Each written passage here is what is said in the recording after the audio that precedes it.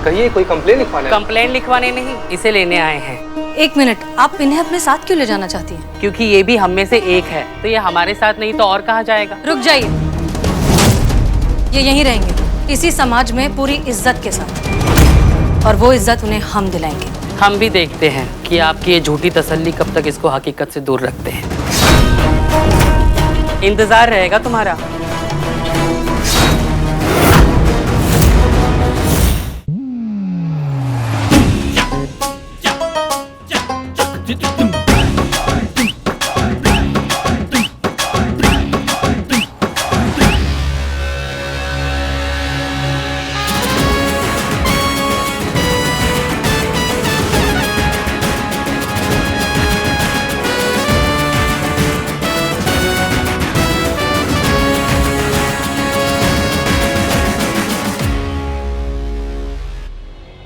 सब लोग अपने अपने मार्ग पर रेडी रहना, वो यहाँ पर किसी भी गेटअप में आ सकता है। यस मैडम साहब। I miss Pushpa ji.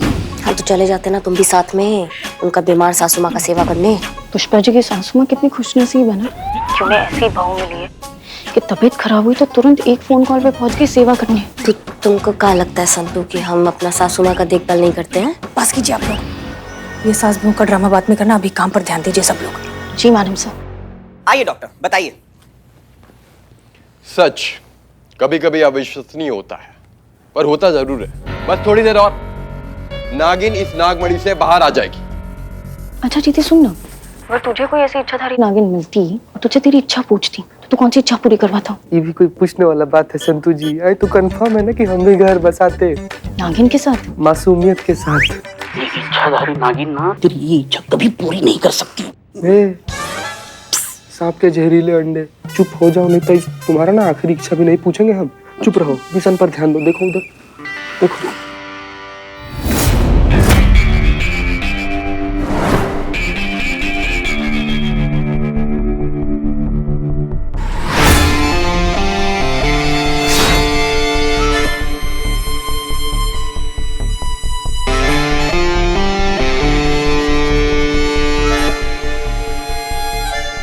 अच्छा है, अच्छा है। अब 2020 में नागिन निकलते हुए भी देखेंगे। नहीं, कमाल है।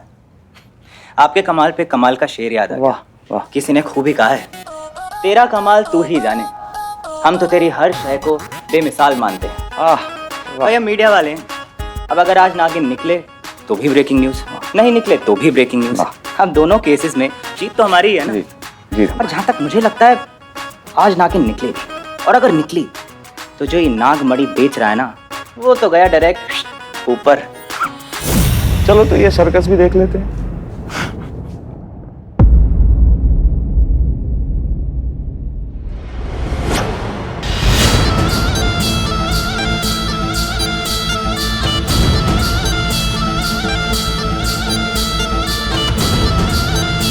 अरे 12 बज गया, मैंने कहा था ठीक 12 बजे चमत्कार होगा और नागिन बाहर आई। नागिन बाहर आ रही है। अरे आप लोग डरिए नहीं, कुछ नहीं करेगी आप लोगों को।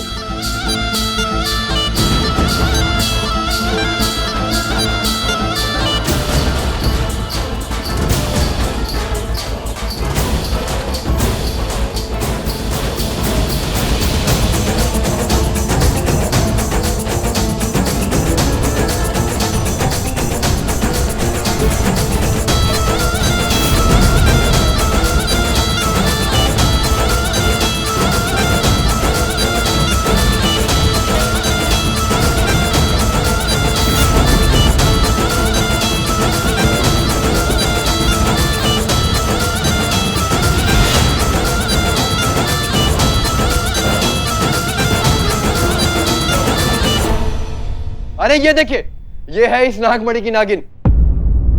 मैं नागिन हूँ और यहाँ पे बदला लेने आई हूँ, और मेरी दिव्य शक्ति कहती है कि वो यही कही है जिसकी मुझे तलाश है।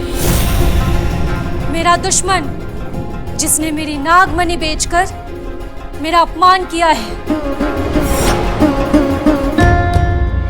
छोड़ूंगी नहीं मैं उसको।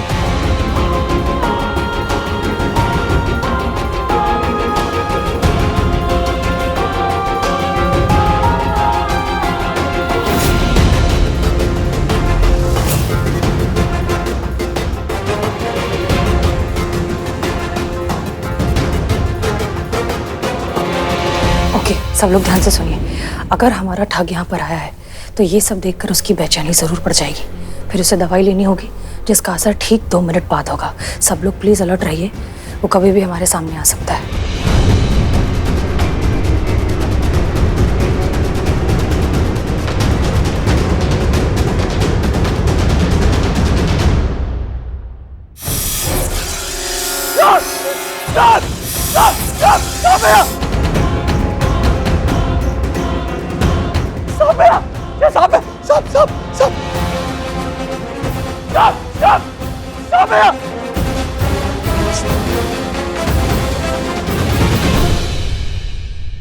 नहीं छोड़ूंगी मैं तुझे। सांप। तुझे मार कर ही मैं बदला लूंगी। मरने के लिए तैयार हो जा।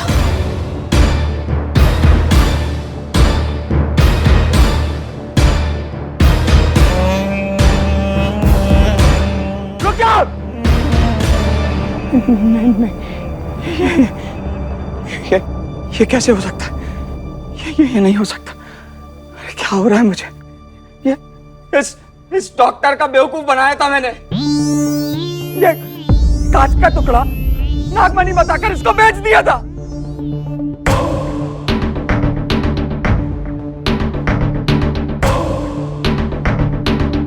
ये नहीं हो सकता, झूठ है ये, झूठ।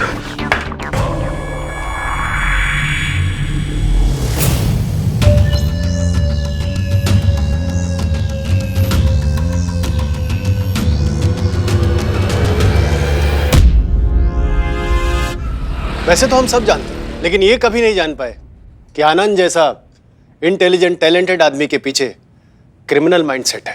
अक्सर चिराग तले अंधेरा होता है सर। वैसे तो किसी भी गलत काम का कोई डिफेंस नहीं होता, लेकिन आनंद के क्रिमिनल बनने के पीछे उसके साथ जिंदगी में हुई ट्रेजेडी बहुत बड़ा हाथ है। पूरी तरीके से काबिल होने के बावजूद बस एक मामूली से आंख के डिफेक्ट की वजह से वो एकेडमी ज्वाइन नहीं कर पाया, और इसी गुस्से और फ्रस्ट्रेशन ने उसे क्रिमिनल बना दिया।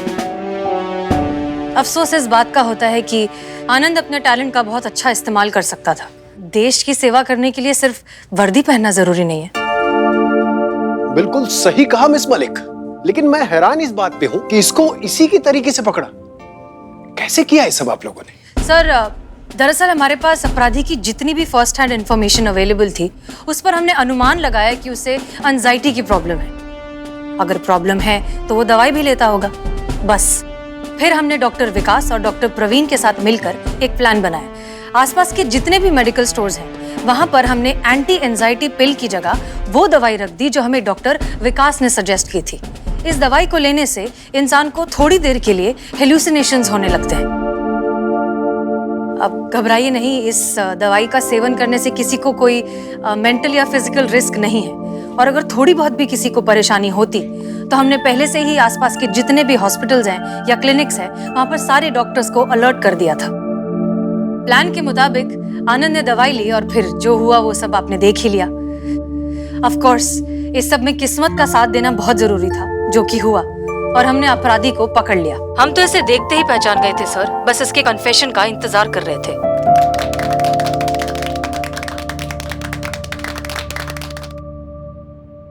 मैडम सर, इतना कुछ हो गया, हमारी जनता चाहती है कि वो आपके थ्रू इस केस के बारे में कुछ जाने। कुछ कहना चाहेंगी आप? बस यही कि इस तरह के केसेस में जितनी गलती आनंद जैसे क्रिमिनल्स की है, उतनी ही गलती हमारी भी है।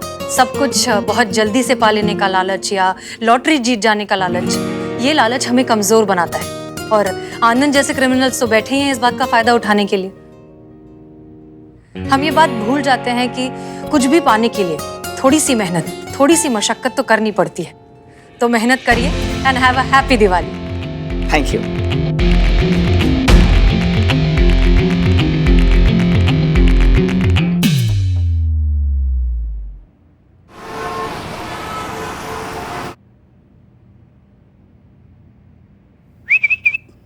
चीते, जोक सुना ना, जोक।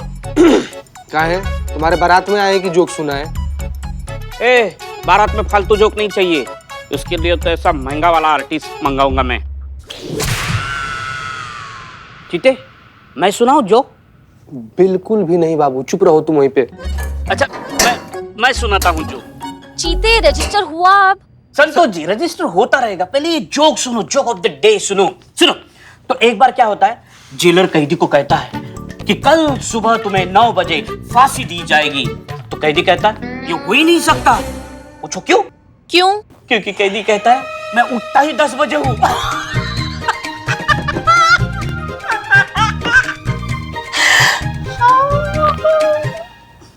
समझ में नहीं आया जो? संतु जी राइफल जो साफ करके रखे थे ना, थोड़ा लेकर आइए ना, चला कर देख लेते हैं चल रहा है कि नहीं। क्या क्या हुआ क्या? बिल्लू जी ये जोक था। ऐसा सड़ियल वाहियात बेकार सा 2 कौड़ी का जोक मारते हो, आपको बिल्कुल डर नहीं लगा कि इसके बाद आप पे जानलेवा हमला भी हो सकता है? चलो ठीक है, जोक को छोड़ देते हैं, चलो चाय पी के आते हैं। हाँ, सीधे रजिस्टर का काम हुआ। फालतू समझाएगा जी अपनी तरह तुम, जब देखो तब चीते चल बाहर चल के चाय पी के आते हैं, घूम के आते हैं। एक शब्द और बोले ना हमको तो सरकारी काम में बाधा डालने का जुर्म में ऐसा एक्सटेंशन हो जाएगा। करिश्मा मैडम के हवाले कर देंगे। अब चुपचाप खड़ा रहो।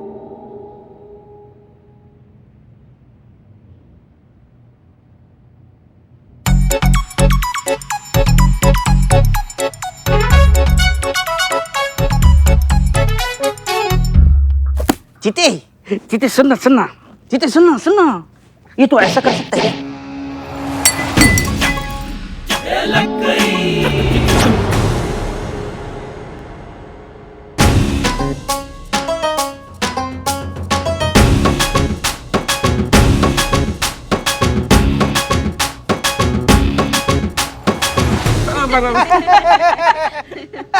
क्या हुआ? कुछ नहीं। कुछ नहीं। नहीं कुछ तो हुआ है, बताओगे क्या हुआ? का कुछ तो पक्का हुआ है।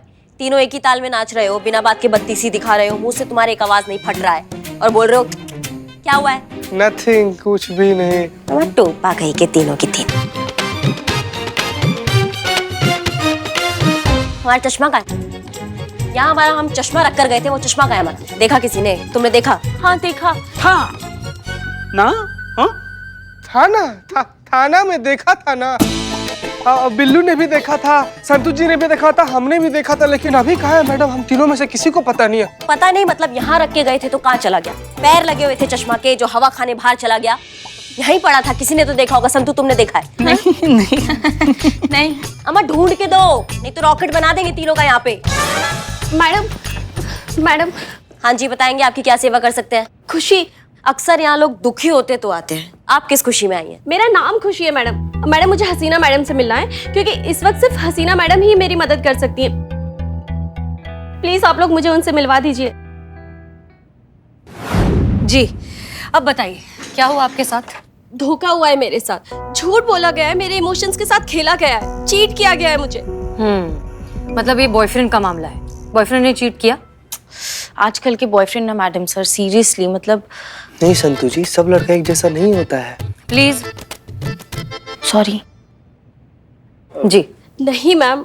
नहीं तो? मेरे अपने फादर ने धोखा दिया है मुझे। फादर ने? कैसे?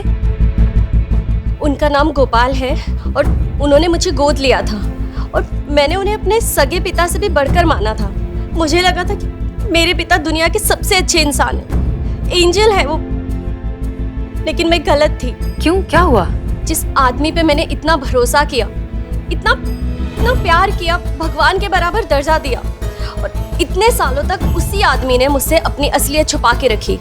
लेकिन आज उनका सच मेरे सामने आ गया। जब से उनका वो सच मेरे सामने आया है, मुझे उनसे और अपने आप से, दोनों से नफरत हो गई। कैसा सच? समझ में नहीं आ रहा कि मैं कैसे बताऊं। क्रिमिनल निकले? नहीं मैम। हाँ तो कोई अविवाहित संबंध है क्या?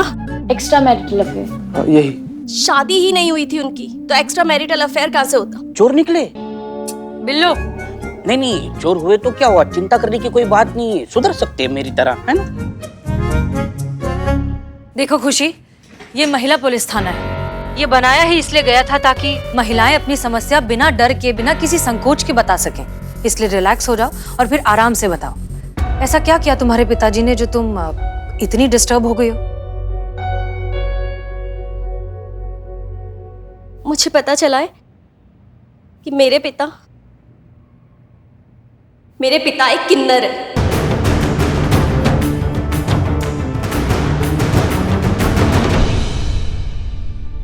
जो खुद को पुरुष दिखाने की और जताने की पूरी कोशिश करते हैं, जो कि वो है नहीं। आज जब मैं अचानक कॉलेज से घर जल्दी वापस आ गई तो उनका वो सच मैंने अपनी आंखों से देखा। आज मैंने उनको आईने के सामने मेकअप करते हुए देखा और मेकअप करते समय उनके हाव भाव भी बिल्कुल औरतों की तरह थे। मुझे तो अपनी आंखों पे विश्वास ही नहीं हुआ। और फिर मैंने उनकी अलमारी की तलाशी की, जहां पे मुझे एक डायरी मिली और उस डायरी में उनका सारा सच है और उनके किन्नर होने का पुख्ता सबूत। शर्म से मेरा सर ऐसा झुका कि मैं खुद से भी नजरें नहीं मिला पा रही हूँ। क्यों? किन्नर होना कोई गुनाह तो नहीं है, ये किसी के भी साथ हो सकता है। It's very natural. हाँ, उन्हें छुपाना नहीं चाहिए था, ये उन्होंने गलत किया, लेकिन इसमें शर्मिंदा होने वाली क्या बात है? खुशी, अपने घर जाओ और अपने पिताजी से डायरेक्टली बात करो। तुम उनकी बेटी हो, ये तुम्हारा अधिकार है। नहीं मैम, मैं अकेले उनके पास नहीं जाना चाहती हूँ, इसलिए तो मैं आप लोगों के पास यहाँ पर आई हूँ। आप प्लीज मेरे साथ चलिए।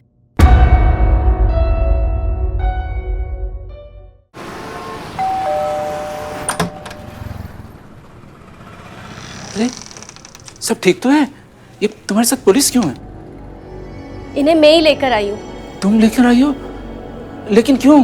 क्योंकि मुझे आपका सच पता चल गया है बाबा। मुझे पता चल गया है कि आप क्या है।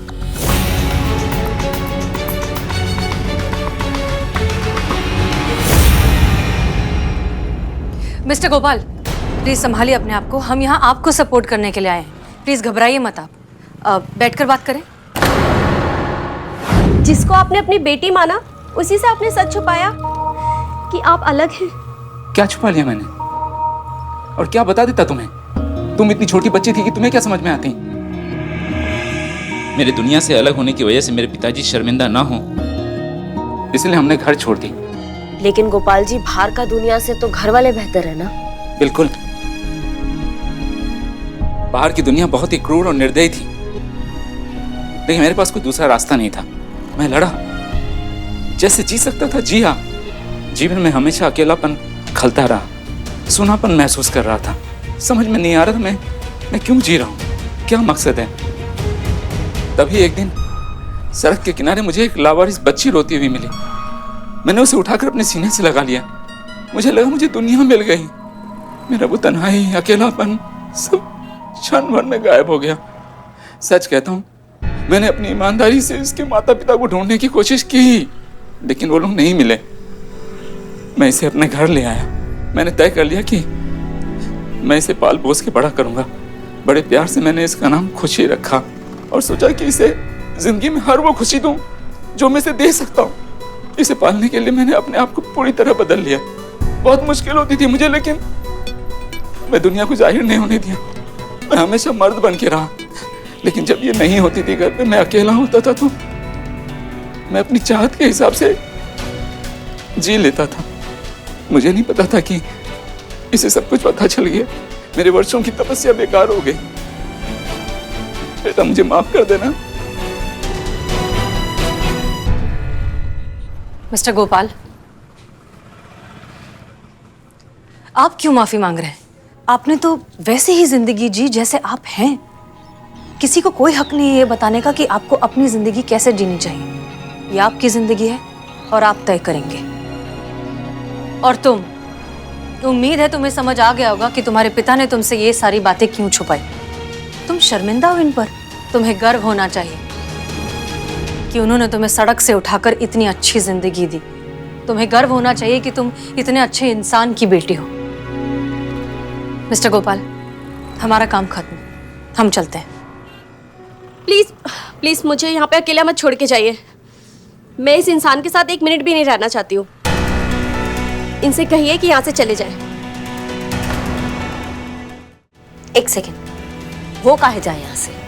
ये तो उनका घर है ना, मालिक है वो इस घर के। अगर किसी को इस घर से जाना चाहिए तो वो तुम हो जिसको जाना चाहिए। अगर सड़क से तुमको नहीं उठाते आज तो तुम कहाँ होती, तुमको पता भी है? आज तक मुझे भी यही लगता था, पर अब मुझे लगता है कि ये सब इन्हीं का किया धरा है। इन्होंने ही मुझे मेरे माँ बाप से छीना या चुराया होगा ताकि मेरे जरिए ये सोसाइटी से अपना सच छुपा सके। अम्मा तुम ना नहीं, आप कुछ मत कीजिए प्लीज, बच्ची है, गलती से बोल गई।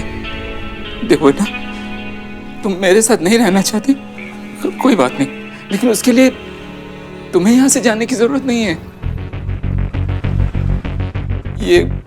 ये घर मैंने सिर्फ तुम्हारे लिए ही बनाया था। तुम्हारी खुशी से बढ़कर क्या है मेरे लिए? अगर कोई यहाँ से जाएगा तो मैं जाऊंगा, तुम यहीं रहोगी। बस अपना ख्याल रखना।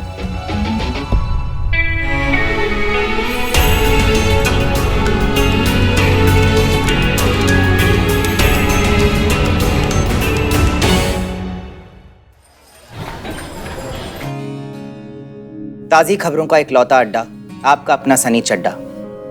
आई नो आपको लग रहा होगा कि आज सनी चड्डा की आवाज़ और अंदाज में बदलाव क्यों है। वो एनर्जी, वो जज्बा, वो कहाँ गायब है जिसकी वजह से सनी चड्डा पूरे वर्ल्ड में फेमस है? तो जवाब है आज की ताज़ा खबर जो मुझे अभी अभी मिली है और मैं आप तक पहुँचा रहा हूँ। दोस्तों, आज तक तो हमने सुना था कि माँ बाप अपने बिगड़े हुए बच्चों को अपने घरों से बेदखल कर देते हैं, पर आज मैंने पहली बार सुना कि एक औलाद ने अपने पिता को अपने घर से बेदखल कर दिया। वो पिता जिसने अपने औलाद को सड़क से उठा के अपने गले से लगाया, अपने दिल में जगह दी, आज वही बेटी अपने पिता के साथ रहने में शर्मा रही है, डर रही है, क्योंकि उसके पिता किन्नर हैं। और अंकल जी, आपको अपनी बेटी पे गुस्सा नहीं आ रहा? क्यों आएगा गुस्सा? बच्ची है, कुछ भी बोल जाती है। आप प्लीज उसके बारे में उल्टा पुल्टा मत बोलिए। मेरी बच्ची दिल की बहुत अच्छी है, लाखों में एक है वो। और जहां तक घर छोड़ने की बात है, अगर मेरी खुशी को मेरे घर छोड़ने से इतनी सी भी खुशी मिलेगी तो मैं से 1000 घर उस पर कुर्बान कर दूंगा। और मुझे लगता है कि दुनिया का कोई भी पिता यही करेगा।